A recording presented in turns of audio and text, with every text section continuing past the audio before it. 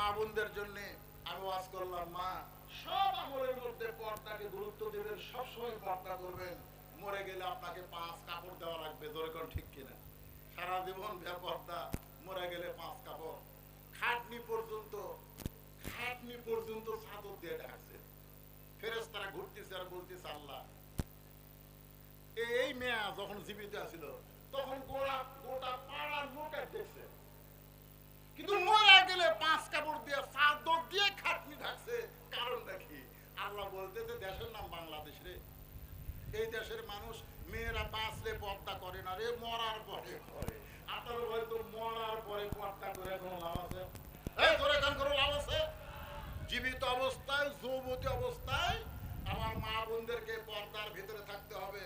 আর এই পর্দাটা যেন স্কিন প্যান্টের মতন না হয়। স্কিন প্যান্ট বোঝেন? এমন একটা ফুল প্যান্ট পরছে, বাইরে থেকে ভিতরে সব খবর পাওয়া যায়। এরকম কিছু ছেলেরা আছে না নাই? এমন টাইট ফুল প্যান্ট পরছে, বাইরে থেকে বোঝা যাচ্ছে ওর যন্ত্র কোন জায়গা।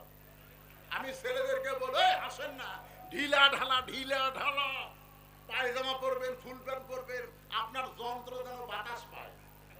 এমন ভাবে টাইট ফিটিং করে রাখছে, আগা বেঁকা হয়ে যাবে, এক সময় দেখা যাবে আগা মোটা গোলা চিকন, ধরে ঠিক কিনা? ইন্ডিয়ান হারবাল খাওয়া লাগবে, কাম হবি না।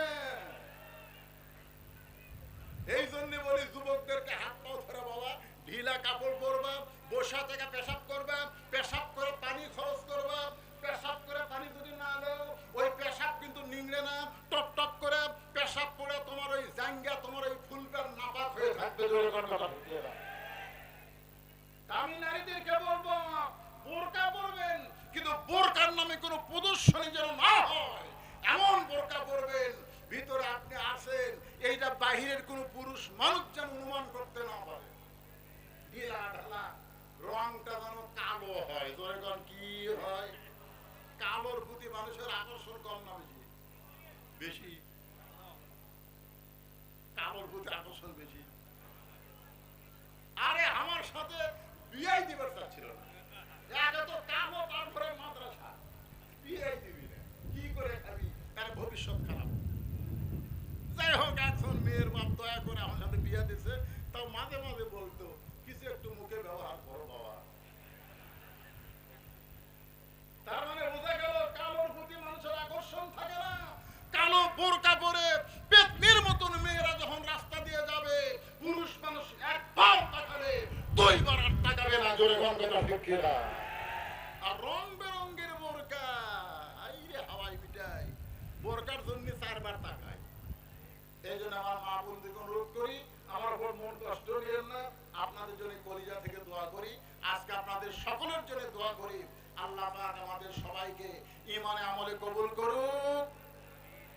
সকলে বলি আল্লাহুম্মা আমিন। সূরা আসরের 4টা বিষয় নিয়ে স্বল্প সময়ের মধ্যে আমি যে আপনাদের সামনে আলোচনা করলাম, আল্লাহ পাক আমাদের সকলকে কবুল করেন। আসরের নামাজের পরে এখানে আবার আপনারা বসে যাবেন ইনশাআল্লাহ।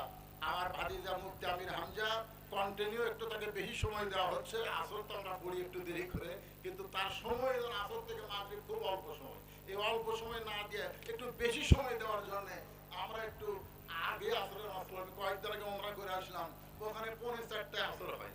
কেউ ওটি ফতোয়াবাজি করে না, ঠিক না বলে?